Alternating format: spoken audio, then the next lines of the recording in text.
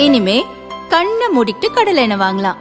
ஏன்னா மந்த்ரா கடலை எண்ணெய் இதயத்தின் தயாரிப்பு. வறுக்க பொரிக்க ஏன் எல்லா சமையலுக்கும் மந்த்ரா தான். மந்த்ரா கடலை எண்ணெய், அபார ருசி, ஆரோக்கியமான உடல் நலம். பாண்டிச்சேரியில் வந்து தமிழக வெற்றிக்காக வேட்பாளர்லாம் அறிவிக்க போறாங்க.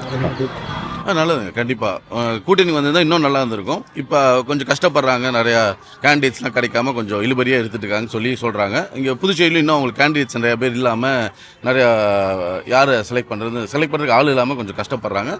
அதுதான் நான் முன்னாடியே சொல்லிட்டுருக்கேன். இதை ஆதவர்ஜுனா அன்னைக்கே வந்து இந்த கூட்டணி நடக்காமல் கெடுத்துட்டு இருக்காப்லன்னு நடந்ததுன்னா நீங்கள் அவங்களுக்கும் நல்லா இருந்திருக்கும், நம்மளுக்கு ஒரு தமிழகத்தில் துணை முதலமைச்சர் இன்னும் 2.5 வருஷம் நீங்கள் ஆண்டுங்க அந்த மாதிரி சொல்லிட்டு ஆதவர்ஜுன் சொல்லியிருந்தாரு. எடப்பாடி வந்துட்டு அந்த மாதிரிலாம் பேசவே இல்லை, பேச்சுவார்த்தையே இல்லை அப்படின்னு சொல்லிட்டு இருந்தாரு. அதான் இவராக தான் சொல்லணும். இவராக ஏதோ ஒன்று கதையாக கட்டிட்டு இவருக்கு ஆசைப்படுறதெல்லாம் அவர் வெளில சொல்லிட்டு இருக்காரு. அவர் ஆசைப்படுறதெல்லாம் வந்து கட்சியெல்லாம் ஒத்துக்க முடியாது. தமிழகத்தில் விஜயோடைய ஆதவர்ஜுனா அந்த தமிழக வெற்றி எப்படி இருக்கும் பாக்குறீங்க?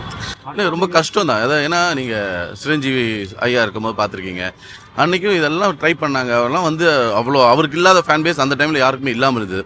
அதே தப்பை தான் இன்றைக்கி வந்து பவன் கல்யாண்ஜி பார்த்தீங்கன்னா இன்றைக்கி அந்த தப்பை பண்ணாமல் கரெக்டாக வந்து நம்ம சந்திரபாபு நாயுடையோட சேர்ந்து டிடிபியோட அலைன்ஸ் ஆனது வந்து இன்றைக்கி வந்து அவருக்கு மகத்தான ஒரு வெற்றியை கொடுத்துருக்காங்க. ஸோ இந்த மாதிரி போனால் தான் கண்டிப்பாக ஜெயிக்கிறது. சட்டம் ஒழுங்கு எப்படி இருக்கு சார்? மீண்டும் திமுக வரதுக்கு வாய்ப்பு இருக்கா? தமிழகத்தில் சட்டம் ஒழுங்கு சந்தி சிரிக்கிறது. அன்றாடம் பெண்கள் பாலியல் துன்புறுத்தலுக்கு ஆளாகி கொண்டிருக்கிறார்கள். குற்றவாளிகள் எல்லாம் பாதுகாப்பாக இருக்காங்க. தூத்துக்குடியில் நடந்த அந்த சம்பவம் இருக்குது பார்த்தீங்களா, அவர் ஏற்கனவே ஹேபிச்சுவல் அஃபண்டர், அவர் ரெகுலர் குற்றவாளி. ஏற்கனவே ஒரு வயதான கிழவியை கற்பழித்து தண்டிக்கப்பட்டு ஜெயிலில் இருந்தவருக்கு பெயில் கொடுத்துருக்காங்க. அப்போ எப்படிங்க சட்டம் ஒழுங்கு?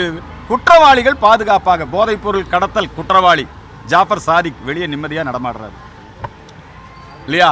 திமுக அயலகணி பொறுப்பாளராக இருந்து அப்புறம் நீக்கினாங்க.